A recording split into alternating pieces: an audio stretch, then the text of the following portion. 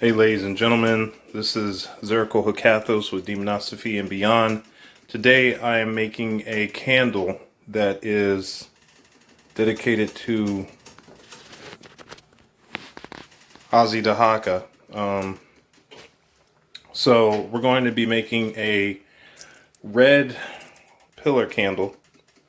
So I've got my pound of wax here that I've been slowly cutting up to melt. In here is going to be ground snake bones.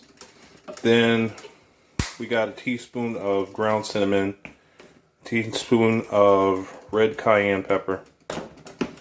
You've got dragon's blood wax melts. You can also use dragon's blood essential oil if you can get your hands on that.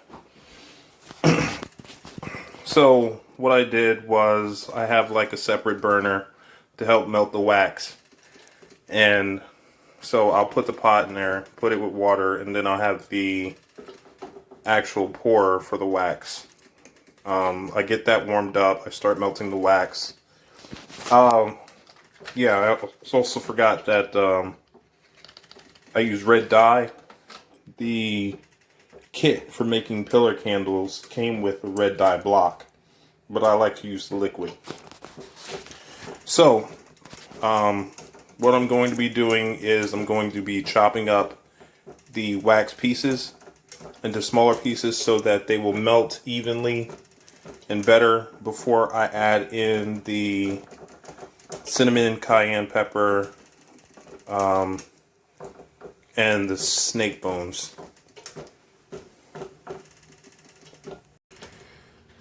Okay, so majority of the unscented wax has been melted, and what you want to do is now you want to add the scented wax. You don't want to do it too early because you can burn the fragrance out, so you want to add it at the last moment before putting in your dry ingredients. Okay, as you can see, we've added the scented blocks in. Once those get melted, then we're going to add in the dye as well as the snake bones, the cinnamon, and the cayenne pepper. Okay, so the fragrance blocks, they were put in, they were melted. Then I added the snake bones as well as the cinnamon and cayenne pepper. And then I also put in the vial of dye, the whole thing. Okay. Now, depending upon how red you want it, like you'll measure out how much dye you want to use. I just put the whole thing in there because I want it as red as possible. I feel like Dahaka's one of Dahaka's colors is red because it's kind of like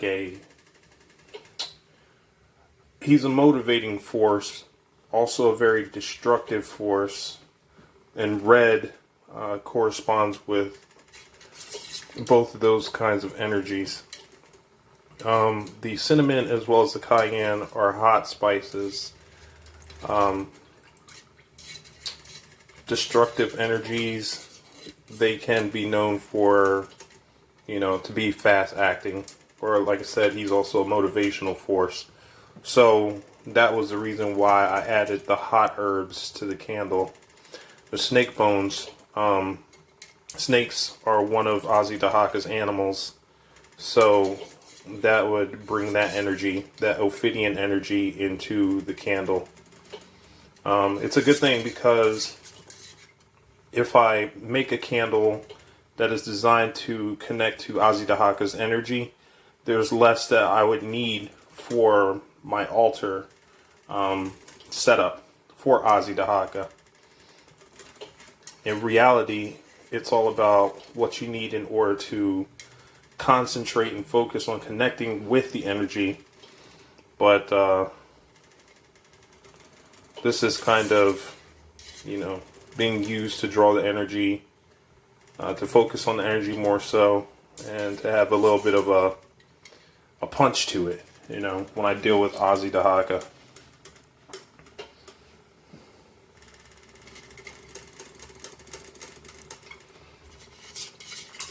So you don't really want to bring any of this to the boil. You just want it to like slowly melt. You don't want the fragrance to come out.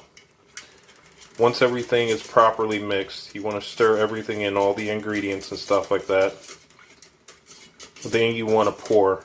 So I'm going to pour, but I'm not going to record my pouring because I don't want to screw it up. Alright, so as you can see, I've poured the wax into the mold, and then I just need to let the wax dry. And then once it dries and cools down, we'll come back to the candle and we'll work on the other steps. Alright, so I've shaken the candle out of the mold, and I just need to cut the wick at the bottom. And this was my first time making a pillar candle, so I didn't know that like sometimes it collapses in on itself, or I didn't know how much extra wax I would need. Yeah. But apparently I didn't have enough. However, it will still function as a candle. It has all the ingredients in it, so I'm going to use it when I next contact Dahaka. And I'll let you know about how that goes.